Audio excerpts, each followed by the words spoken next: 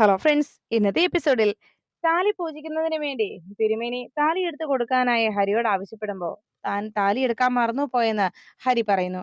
അമ്മാവൻ എടുത്തോ എന്ന് ചോദിച്ചതും അമ്മാവനും താൻ എടുക്കാൻ തന്നോട് എടുക്കാൻ പറഞ്ഞില്ലല്ലോ എന്നും അതുകൊണ്ട് താൻ അത് എടുക്കാതെ പോന്നു എന്ന് അമ്മാവനും അറിയിച്ചു. അമ്മാവന്റെയും ഹരിയുടെയും പരസ്പരമുള്ള ആശങ്കയുള്ള പെരുമാറ്റവും സംസാരവും കേട്ടുനിന്ന ആ നിമിഷം തന്റെ കയ്യിൽ താലിയുണ്ട് എന്ന് പറഞ്ഞ് ജീവൻ അരികിലേക്ക് എത്തി. ദാ ഹരി, തീർച്ചയായിട്ടും താലി മറന്നു പോകുമെന്ന് എനിക്ക് അറിയാവുന്നത് കൊണ്ട് ഞാൻ നേരത്തെ തന്നെ താലി എടുത്തിട്ടുണ്ടായിരുന്നു. ദാ ഇതാ താലി എന്ന് പറഞ്ഞ് കയ്യിലേക്ക് താലി നീട്ടിക്കൊടുത്തു. അത് കണ്ടതോടെ ആകെ ഞെട്ടലോടെ നോക്കുകയാണ് പാവം ഹരി. ഉടനെ തന്നെ ഇപ്പോ സംഭവിച്ച കാര്യങ്ങളെല്ലാം ഓർത്ത് ആകെ ആശങ്കയോടെ ഹരി അങ്ങനെ നോക്കി. തന്റെ മുന്നിൽ നിൽക്കുന്ന നിത്യയെ കൂടി നോക്കി അങ്ങനെ ടെൻഷൻ അടിച്ച് ഹരി അങ്ങനെ നിൽക്കുമ്പോ പൂജാരി ഉടൻ തന്നെ ആ താലി വാങ്ങിച്ചു കൊണ്ട് പോകുന്നു. ഹരി ആ താലി വാങ്ങി അത് പൂജാരിയുടെ കയ്യിൽ ഏൽപ്പിച്ചതും അദ്ദേഹം അത് പൂജിക്കാനായി എല്ലാവരുടെയും താലി വാങ്ങി അകത്തേക്ക് പോയി. പിന്നീട് പൂജിച്ച താലിയുമായി തിരികെ മടങ്ങിയെത്തി.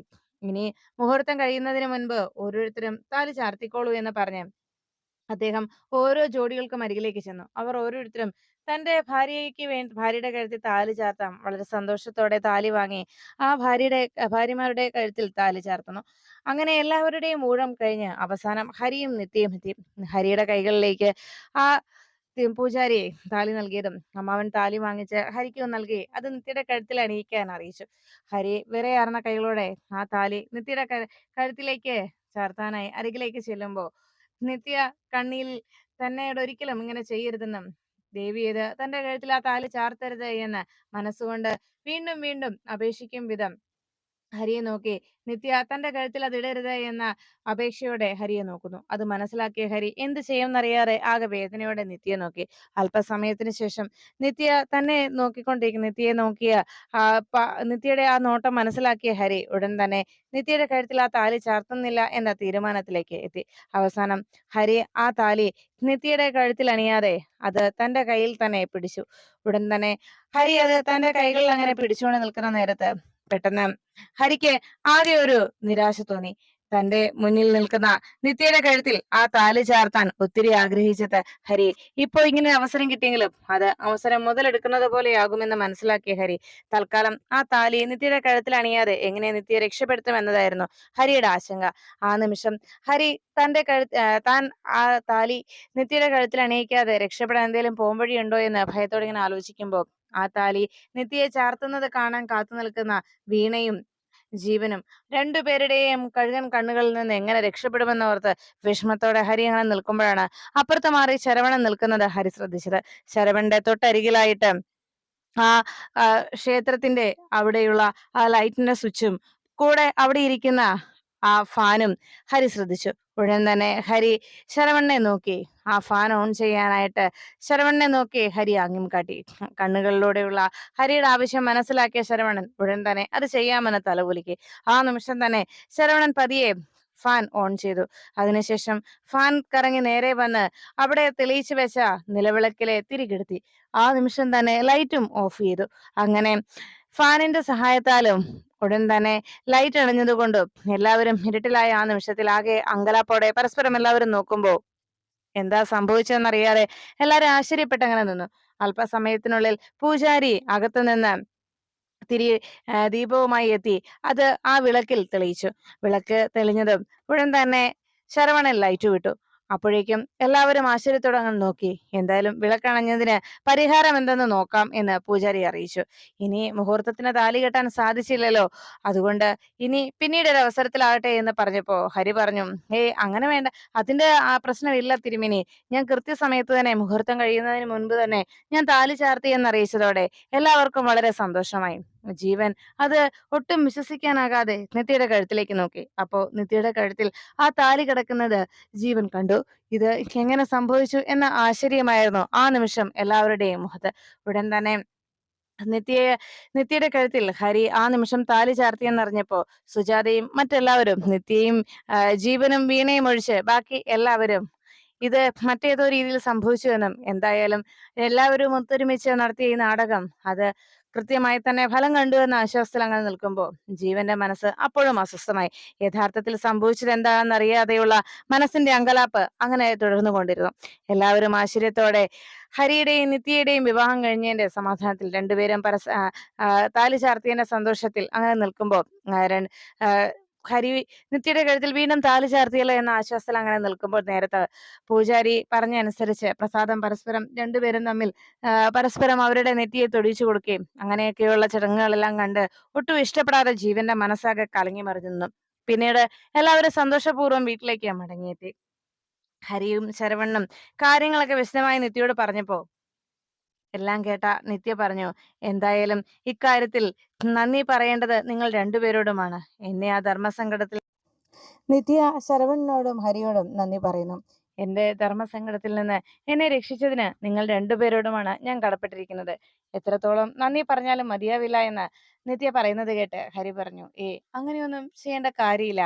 ഒരിക്കലും അങ്ങനെയൊന്നും താൻ നന്ദി പറയരുത് നിത്യ എന്ന് ഹരി അറിയിച്ചു. അപ്പോഴേക്കും നിത്യ പറഞ്ഞു, എന്തായാലും എന്റെ ധർമ്മസങ്കടം മനസ്സിലാക്കിയല്ലോ. ഹരി ശരിക്കും ഹരിയുടെ ജീവിതം തന്നെയാണ് എനിക്ക് വേണ്ടി ത്യാഗം ചെയ്യുന്നത് എന്ന് പറഞ്ഞു. ഉടനെ ശരവണൻ പറഞ്ഞു, എങ്കിലും എന്തിനാണ് നിങ്ങൾക്കിടയിൽ ഇങ്ങനെയൊരു സാഹചര്യം ഉണ്ടാക്കുന്നത്? ഇങ്ങനെയൊരു പ്രശ്നത്തിന്റെ സാഹചര്യം ഇങ്ങനെ ഉണ്ടാക്കി വെക്കേണ്ട അവസ്ഥ എന്തിനാണ്? എന്തിന് ഇങ്ങനെ പ്രശ്നങ്ങൾ ഉണ്ടാക്കണം? രണ്ടുപേർക്കും കൂടി ഒരുമിച്ച് ഒരു ജീവിതം നയിച്ചൂടെ എന്ന് ചോദിച്ചപ്പോ നിത്യ പറഞ്ഞു, ശരവണന് അറിയില്ല, പക്ഷേ ഹരിക്ക് മനസ്സിലാകും എന്റെ മാനസികാവസ്ഥ എന്താന്ന്. ഞാൻ ഒരു സാധാരണ പെൺകുട്ടിയാണ്. ഞാൻ മനസ്സ് നിങ്ങൾ പറയുന്നത് പോലെ ചിന്തിക്കാനും പ്രവർത്തിക്കാനും ഞാൻ ദൈവമോ ദേവതയോ ഒന്നും അല്ല. ഒരു സാധാരണ പെൺകുട്ടി. അതുകൊണ്ട് തന്നെയാണ് ഞാൻ ഇങ്ങനെയെല്ലാം പെരുമാറുന്നതും. എന്തായാലും ഒരു കാര്യം ഞാൻ പറയാം. എനിക്ക് എല്ലാവരോടും ഒത്തിരി നന്ദിയുണ്ട്. എത്ര താങ്ക്സ് പറഞ്ഞാലും മതിയാവില്ല. ഹരിക്ക് എന്റെ മനസ്സ് മനസ്സിലാകും. മറ്റാർക്കും മനസ്സിലായില്ലെങ്കിലും. കാരണം ഒരു യഥാർത്ഥ സുഹൃത്തിന് മാത്രമേ ഒരാളുടെ പ്രശ്നത്തിൽ അയാളെ കൈപിടിച്ചുയർത്താനും അയാൾക്ക് താങ്ങായി നിൽക്കാനുമാവൂ എന്ന് ഹരിയെ നോക്കി നിത്യ അറിയിച്ചു. അങ്ങനെ പറഞ്ഞുകൊണ്ട് നിത്യ പോകുമ്പോ ശരവണൻ ഹരിയെ നോക്കിയിട്ട് പറഞ്ഞു, ഹരി സാർ, നിങ്ങളുടേത് എത്ര നല്ല മനസ്സാ. എന്തായാലും സാർ വിഷമിക്കണ്ട. തീർച്ചയായിട്ടും ഒരു നാൾ നിത്യ ഹരിസാറിന്റെ ഭാര്യയായി തീർന്നിരിക്കും. അത് തീർച്ചയാണ്. അതിൽ യാതൊരു മാറ്റവുമില്ല എന്ന് പറയുമ്പോ ഹരി പറഞ്ഞു, അത്തരം ആശംസകളൊന്നും വേണ്ട ശരവണ. കാരണം അത്തരം ആശംസകൾക്കൊന്നും യാതൊരു പ്രാധാന്യവും ഇപ്പോ ഇവിടെയില്ല. ഒരിക്കലും ഇത്തരം ആശംസകളൊന്നും എന്റെ ജീവിതത്തിൽ പ്രാവർത്തികമാകുമെന്നും തോന്നുന്നില്ല. അതുകൊണ്ട് അതിനോട് മാത്രം എനിക്ക് താല്പര്യമില്ല എന്നറിയിച്ചു. അത് കേട്ടതും ഉടനെ തന്നെ ശരവണൻ പറഞ്ഞു, സാറ് വിഷമിക്കണ്ട. എല്ലാം ഭംഗിയായി തന്നെ നടക്കും. അതിൽ യാതൊരു സംശയവുമില്ല എന്ന് ശരവണൻ അറിയിച്ചു. എല്ലാം കേട്ട് കഴിഞ്ഞതും ശരവണന്റെ ആ ഒരു വാക്കുകൾ കൂടി കേട്ടപ്പോ ആകെ വിഷമത്തോടെ നോക്കുകയാണ്. തന്റെ അരികിൽ നിന്ന് ഇതുപോലെയുള്ള വാക്കുകൾ ഇനിയും തന്റെ നാവിൽ നിന്ന് വരുമ്പോ അത് ശരവണൻ തന്നോട് പറയുന്നത് കേൾക്കുമ്പോ എത്രത്തോളം അത് ഫലവത്താവുമെന്നും എത്രത്തോളം അത് ഭംഗിയായി മുന്നോട്ട് പോകുമെന്നും അറിയാതെ ആകെ വിഷമത്തോടെ നിൽക്കുകയാണ് പാവം.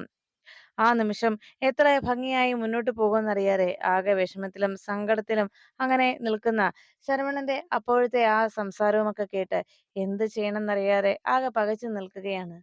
ആ നിമിഷത്തേക്ക് ഒരിക്കലും ഒരു രീതിയിലും ചിന്തിക്കാനോ ഒരിക്കലും തന്റെ ജീവിതത്തിൽ സന്തോഷം ഉണ്ടാകുമെന്ന് പ്രതീക്ഷിക്കാൻ പോലും കഴിയാത്ത രീതിയിൽ ഹരി അങ്ങനെ നിൽക്കുമ്പോൾ ശരവണനോട് ഹരി പറഞ്ഞു, എനിക്ക് നിത്യ പറയുന്നത് പോലെ പ്രവർത്തിക്കാനേ കഴിയൂ. നിത്യയുടെ പ്രശ്നങ്ങളിൽ നിന്ന് നിത്യയെ രക്ഷപ്പെടുത്തണമെന്ന് മാത്രമേ ഞാൻ ആഗ്രഹിക്കുന്നുള്ളൂ. പാവം, അയാൾക്ക് ഒരു ദിവസമെങ്കിലും സമാധാനത്തോടെ ഒന്ന് കഴിയാൻ, അതിന് ഒരവസരം കൊടുക്കാൻ, അത് മാത്രമേ ഞാൻ ചിന്തിച്ചിട്ടുള്ളൂ. മറ്റൊന്നും ഞാൻ ആഗ്രഹിക്കുന്നില്ല. ഇത്രയും നാൾ എന്തെല്ലാം ദുരിതങ്ങളാണ് ആ പാവത്തിന്റെ ജീവിതത്തിൽ ഉണ്ടായത്. ഇനിയെങ്കിലും അല്പസമാധാനം ആ പാവത്തിന് കിട്ടിക്കോട്ടെ എന്ന് ഞാൻ കരുതി എന്ന് ശരവണനോട് ഹരി മറുപടി നൽകി. അതിനുശേഷം ശരവണൻ അവിടെ നിന്ന് പോയി കഴിയുമ്പോ സുജാതയ്ക്ക് അരികിലേക്ക് എത്തിയ ജീവൻ സത്യങ്ങൾ തിരിച്ചറിയാൻ കഴിയാത്തതിന്റെ വേദനയെ, സത്യങ്ങൾ ഇപ്പോഴും താൻ പ്രതീക്ഷിക്കുന്നത് പോലെയല്ല ഇപ്പോഴും ജീവിതത്തിൽ സംഭവിച്ചുകൊണ്ടിരിക്കുന്നത് എന്ന ധാരണയും, നിത്യയും ഹരിയും മനഃപൂർവ്വം തന്റെ മുന്നിൽ അഭിനയിക്കുകയാണോ എന്ന സംശയം, അത് ഇപ്പോഴും ശരിയാണോ അതോ തന്റെ തോന്നലാണോ എന്ന് തീർച്ചപ്പെടുത്താനാകാതെ അങ്ങനെ ജീവന്റെ മനസ്സിലൂടെ താൻ കണ്ട പല സന്ദർഭങ്ങളും കടന്നു പോകുന്നു.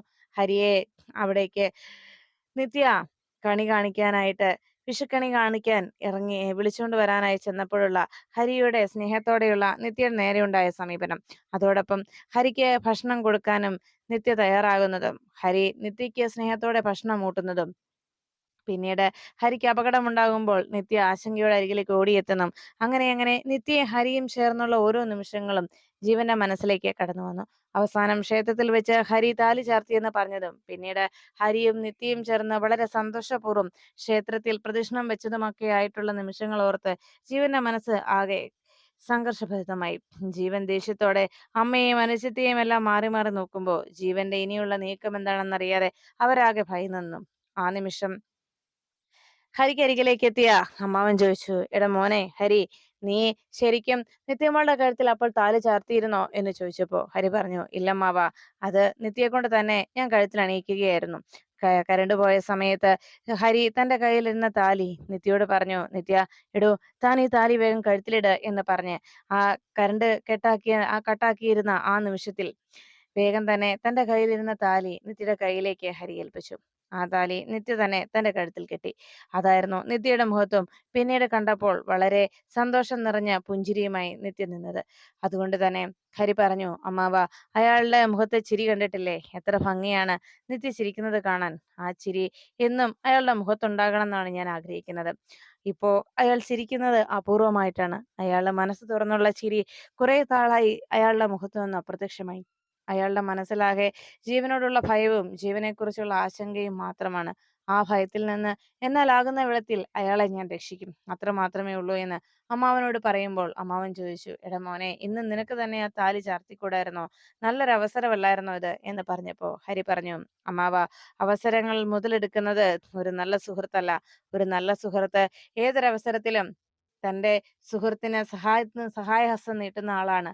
അങ്ങനെയുള്ള ആളെ സുഹൃത്തെന്ന് വിളിക്കാനാവൂ എന്ന് ഹരി അറിയിച്ചു.